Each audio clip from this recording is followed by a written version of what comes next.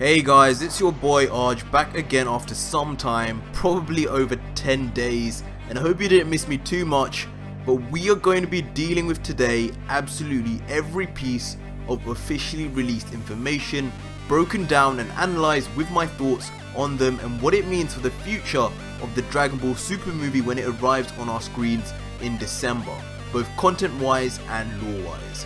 But before we begin guys, if you're new here, don't forget to smash that subscribe button to enter our Nintendo Switch giveaway, which now ends in only 8 days. Hit that button and in 8 days, one winner will be picked out of all CALLMEARJ subscribers, so join the gang today. But moving on, let's get right into what's been said courtesy of Herbs98's translations on his Twitter. His tweets begin telling us, according to Dragon Room Chief Akio Iyoku, the DBS movie will have a multi-layered story with parts set in both the past and the present and multiple settings. Toriyama provided the story in over 20 sheets of designs, including characters, machines, and at least one new planet. Now straight away, this is some barrage of new information. First of all, of course, we know there's going to be multiple time periods in the movie, which is interesting in itself.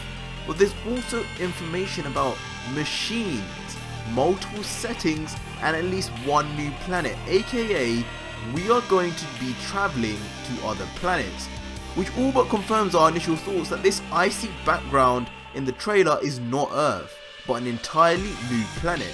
As we all know from almost literally every canon fight from the movies, which by the way we already know this movie will take place after Super and be canon to the series just like Battle of the Gods and Resurrection F were, we all know those major fights all occurred around areas very near or around the area Goku and his friends all call home, either a capsule corp marked cruise ship that just departed or just out their city that Frieza is attacking.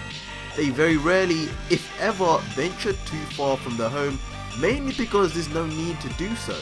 So given that the nearest icy land on Earth would most likely be on the other side of the planet, we can definitely attest to the fact that this is one of the new planets and locations Toriyama was talking about.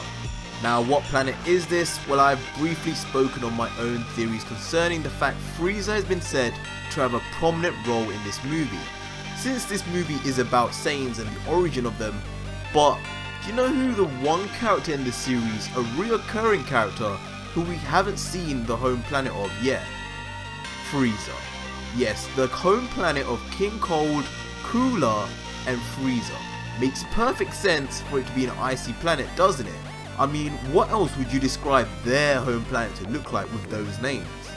Couple that with the fact those frozen Saiyans have now been proven on my channel to be wearing Frieza's new army armor in 2 videos, which by the way, if you haven't already, go check both of them out. We can definitely start thinking that this planet and Frieza's involvement with the new Saiyans will be linked. But let's move on through the other information. It then goes on to talk about how it was eventually decided the story was going to be about Saiyans, hence the original idea of the origin of the Saiyans and Yamoshi. Toriyama provided an initial story back in May 2017, which he worried was too short. It was expanded but then became too long. So this tells us this movie is going to be content heavy and likely full of new lore, because rest assured, if Toriyama was made to shorten the film that much, he was not going to throw away original ideas, and these will all make it in for the most part into the movie, just most likely through dialogue and flashbacks. This is after all going to be a movie which touches on the true origins of the Saiyans, warriors who for the most part have remained a complete mystery to us fans. We are finally more than likely going to hear everything about Yamoshi, the true story, which frankly is still a bit sketchy. I mean, he turned Super Saiyan but still could not beat the other weak Saiyans, and when he allegedly died, his soul did not leave for the other world, but instead for some reason remained and travelled through time to find the next worthy Super Saiyan god, aka Goku. For such an important and unique character, we will definitely need his backstory, and for that name to have gained this much popularity and to be spoken from the mouth of Toriyama himself, no doubt expect to see his full story in some way and this will relate back to the changing time periods we will see in this multi-layered story. It carries on to say, Iyoku says it's one of their goals to deliver this film to fans all over the world, but it will still take time since once the film is completed for it to be localized and debut overseas. So this is kind of just letting us know that this is going to be a film catered not just for the Asian audiences as films in the past.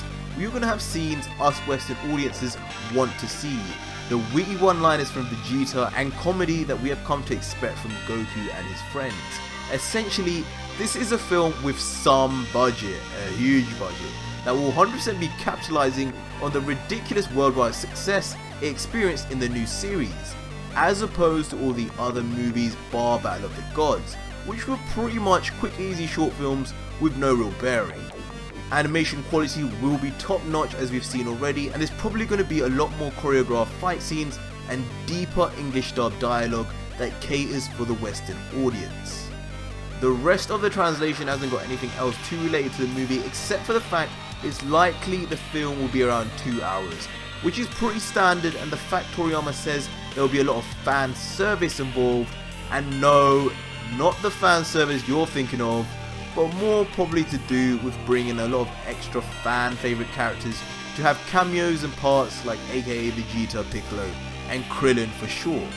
But this could also be hinting at what will be involved in these changing time periods, as they may very well revisit crucial bits during the Dragon Ball Z timeline, specifically when Vegeta mentioned parts of the Saiyan lore relating to the first Super Saiyan, of course completely redone in this new art style.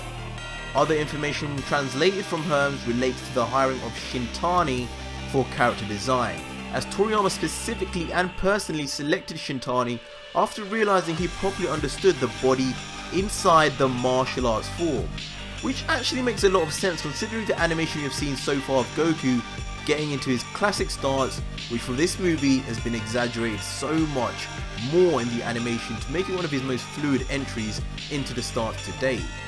What this inadvertently tells us though, along with the footage we have so far, is that this is going to be a Dragon Ball Super movie that goes back to the absolute basics, the martial arts foundations that the series used to be known for back in the Dragon Ball era, with the World Martial Arts Tournament and the era of Jackie Chun versus Goku, which the movie actually tries to emulate quite a bit animation style if you think about it. Gone will be the super flashy over the top transformations and key blasts of the Turn of Power, cough cough Jiren. We are going to get some real hand-to-hand combat for once, and you know what?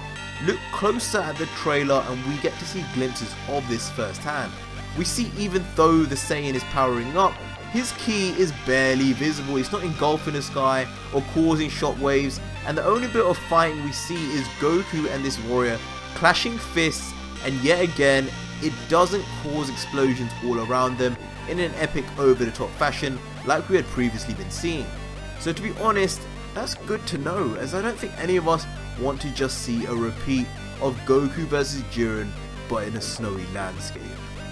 But yeah guys, that was it for today's complete breakdown, analysis and explanation of every new piece of information that's just been released from Toriyama himself regarding the new Dragon Ball Super movie. And with new information being released literally every weekend, this is the place to be to find out more and more. As always, let me know down below in the comments what you thought of all these snippets, as well as my own ideas and predictions, along with your own, and I'll get back to you. Before you guys go, don't forget to smash that subscribe button to enter our Nintendo Switch giveaway, which ends in only 8 days. One click and you're in, so join the gang today.